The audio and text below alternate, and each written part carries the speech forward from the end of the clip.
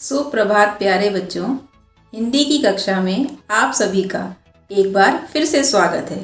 बच्चों, आज हम आपकी पाठ्य पुस्तक वसुंधरा की एक बहुत ही प्रेरणादायक और रोचक कहानी पढ़ेंगे जिसका नाम है हीरे की परख। बच्चों, आपको इस पाठ में सत्संगति के बारे में बताया गया है।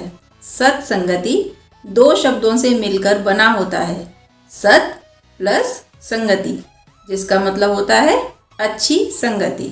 बच्चों, अच्छी संगति का मतलब है ऐसी संगति, ऐसे लोगों के साथ रहना जो हमें अच्छी दिशा की ओर, सही दिशा की ओर ले जाएं। सत्संगति मनुष्य के गुणों का विकास करती है और सत्संगति से मनुष्य परोपकार के लिए कैसे प्रेरित होता है, आइए पढ़ते हैं इस पाठ के द्वारा। बच्चों, इस पाठ का उद्देश्य है सत्संगति का हमारे जीवन में क्या प्रभाव पड़ता है, यह इस पाठ के द्वारा बताया गया है। सज्जन लोगों की संगति यानी अच्छे लोगों के साथ रहने की प्रेरणा भी हमें इस पाठ के द्वारा मिलती है। परोपकार का महत्व भी हमें इस पाठ में बताया गया है और सज्जन लोगों के गुणों यानी कि सत्संगति से हमारे अच्छे गुणों का विकास होता है। यही इस पाठ का मुख्य उद्देश्य है। तो आइए बच्चों, कहानी शुरू करते हैं। एक बार की बात है, महर्षि दयानंद जी का प्रवचन चल रहा था। तभी एक आदमी वहां पर आया और आकर बैठ गया और महर्षि दयानंद जी के प्रवचन सुनने लगा। उसे महर्षि दयानंद जी के प्रवचन और उनकी सारी बातें बहुत पसंद आईं और वह बोला, महाराज, मैंने अनेक साधु महात्माओं के प्रवचन सुने हैं, लेकिन ऐसा आनंद जो मुझे आज मिला है, ऐसा आनंद मुझे पहले कभी नहीं मिला और मैं आज बहुत खुश हूँ। महाराज बोले कि हमारा तो काम ही है अच्छी अच्छी बातें बताना और मेरा प्रवचन यहाँ 7 दिन तक चलेगा। यह सुनकर वह बहुत खुश हुआ और बोला कि मैं भजन लिखता भी हूँ और गाता भी हूँ। कृपया करके आप मुझे अपने प्रवचन के बाद भजन गाने का अवसर दें। महर्षि दयानंद को भला क्या एतराज था, उन्होंने इस बात के लिए हाँ कर दी। अगले दिन फिर से स्वामी जी के प्रवचन हुए। प्रवचन के बाद उस आदमी ने भजन गाया। जब वह भजन गा रहा था तो वहाँ पर भक्ति की धारा फूट पड़ी और जब भजन समाप्त हुआ तो सभी के चेहरे खिल उठे। स्वामी जी और सभी श्रद्धालु उसके भजनों पर झूम रहे थे। स्वामी जी ने कहा कि तुम्हारा कंठ बहुत मधुर है, तुम बहुत अच्छा गाते हो, इसलिए तुम रोज यहाँ पर आया करो और भजन गाया करो। धीरे धीरे श्रद्धालुओं की भीड़ कम होने लगी। उनमें से 2-3 श्रद्धालु स्वामी जी के पास पहुँचे और एक ने हाथ जोड़कर स्वामी जी से कहा, महाराज, आप उस भजन गाने वाले व्यक्ति को नहीं जानते। उसके यहाँ पर आने से लोगों पर उसका प्रभाव अच्छा नहीं पड़ेगा। दूसरे श्रद्धालु ने कहा, महाराज, वह शहर का प्रसिद्ध मुंशी अमीचंद है। वह शराब पीता है और मांस मछली खाता है, इसलिए उसका यहाँ पर आना ठीक नहीं है और लोगों पर उसका प्रभाव भी अच्छा नहीं पड़ेगा।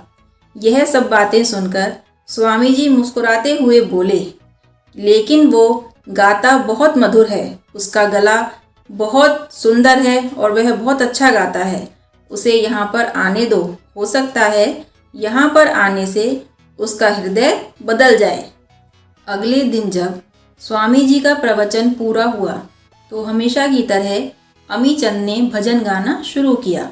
उसके भजन को सुनकर सभी श्रद्धालु और स्वामी जी भी उनके भजनों पर झूमने लगे। इसके बाद स्वामी जी ने अमीचंद को आशीर्वाद दिया और कहा, कल तुम फिर से भजन गाना। यह सुनकर एक श्रद्धालु उठा और कहा, स्वामी जी, यह यहाँ आकर भजन गाता है और घर जाकर नशा करता है, इसलिए आप इसको इतना सम्मान ना दें। यह सुनकर स्वामी जी ने कहा, अमीचंद, कल तुम इससे भी अच्छा भजन गाना और भगवान तुम्हारा भला करें। अमीचंद कुछ नहीं बोला और चुप रहा।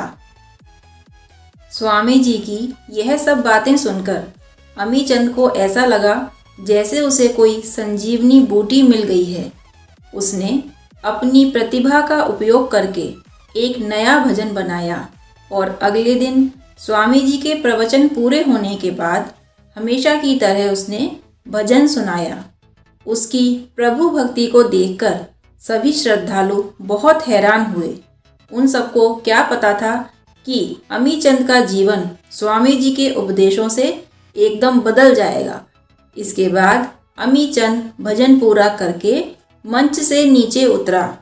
स्वामी जी अमीचंद को देखकर मुस्कुरा रहे थे और उन्होंने अमीचंद से कहा, अमीचंद, तुम हो तो हीरा लेकिन कीचड़ में पड़े हो। इसका मतलब है बच्चों, उन्होंने कहा कि तुम्हारे अंदर इतना हुनर है, तुम इतना मधुर गाते हो, लेकिन अपनी बुरी आदतों के कारण कीचड़ में पड़े रहने के समान हो। स्वामी जी की यह बात सुननी थी कि अमीचंद के जीवन की दिशा ही बदल गई। वह लेकिन केवल मुस्कुरा कर रह गया और अपने घर की ओर चल दिया।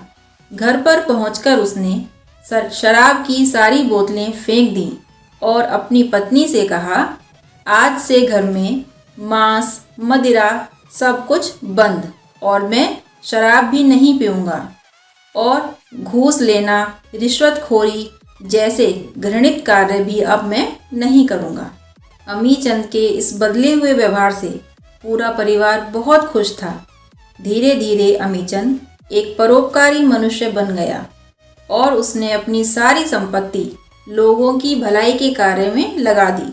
अब लोग उसको भक्त अमीचंद के नाम से जानने लगे।